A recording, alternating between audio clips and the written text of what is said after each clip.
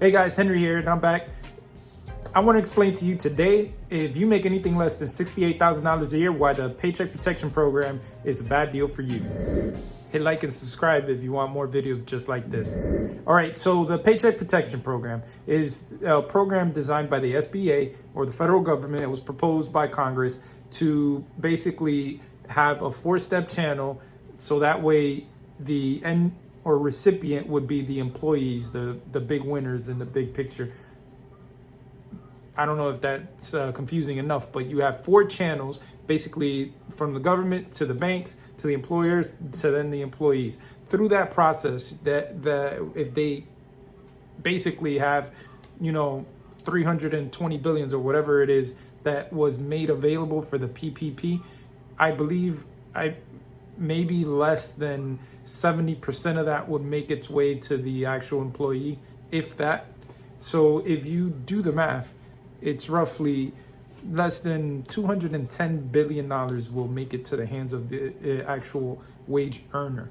Now, why do I think it's an inefficient process?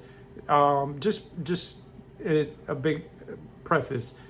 The banks make a percentage, so they make anywhere from 1 to 3.5% for the loans that they actually originate. It's a bigger percentage for the smaller businesses. So 1% for any loans, I think it's over $1 million.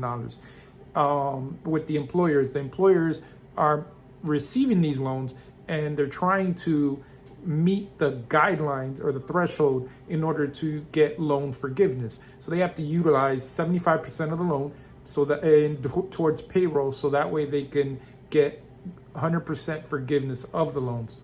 So the fact is I'm using $1,313 as the base guideline in order to make my argument why $68,000 a year. So $1,313 times 52 comes out to $68,276 a year. So I'm just using 68 even just for the argument's sake.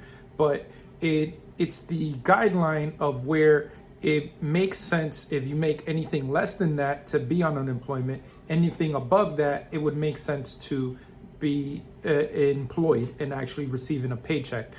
My argument is that if you're going to take somebody off of unemployment, this is the max where they're at. The $713 comes from the state of New Jersey. It's the max benefit in 2020 of what you can get on unemployment benefits.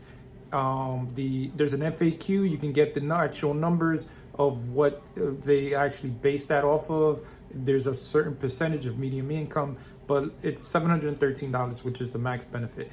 Aside from that, you're getting $600 from federal pandemic unemployment assistance. So $1,313. Now, if you're actually gonna use that number, it's really, in my eyes, a really small group that make anything over $1,313. For the medium home income, especially in our area, it's really under $1,000 a week, which means that for the most part, for any individual, it really makes more sense to be on unemployment.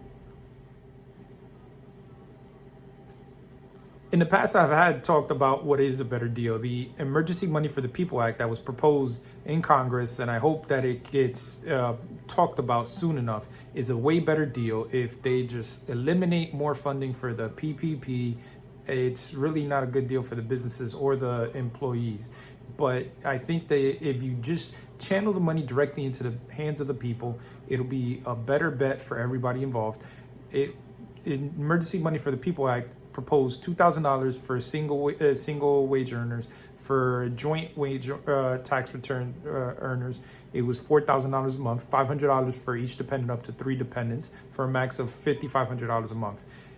I think that's a way better deal, and I do believe that if the federal government does have the people in mind, this would actually do much better, because those people will still receive money that they can still use on expenditures and still continue to stimulate the economy. I believe that it's a much better deal for the individuals and the families to receive that. In the past, I've had talked about what is a better deal. The Emergency Money for the People Act that was proposed in Congress, and I hope that it gets talked about soon enough, is a way better deal if they just eliminate more funding for the PPP. it's really not a good deal for the businesses or the employees. But I think that if you just channel the money directly into the hands of the people, it'll be a better bet for everybody involved. Emergency Money for the People Act proposed $2,000 for single wage earners. For joint wage tax return earners, it was $4,000 a month, $500 for each dependent up to 3 dependents, for a max of $5,500 a month. I think that's a way better deal, and I do believe that if the federal government does have the people in mind, this would actually do much better, because those people will still receive money that they can still use on expenditures and still continue to stimulate the economy. I believe that it's a much better deal for the individuals and the families to receive that. For the businesses, I do believe there's a better deal, which I've talked about also before. You have the EIDL and the employee retention credits. The EIDL loan is the Economic Injury Disaster Loan. It's designed to give a loan to any business that has suffered loss in revenues compared to the previous year. Also, on top of that, the good thing is that they're giving up to a $10,000 advance that's basically forgivable. It's a grant, so you don't have to pay that back. The employee retention credit is good because any quarter that you suffered losses in revenues, you can qualify for up to 50% of wages, up to $10,000 per employee.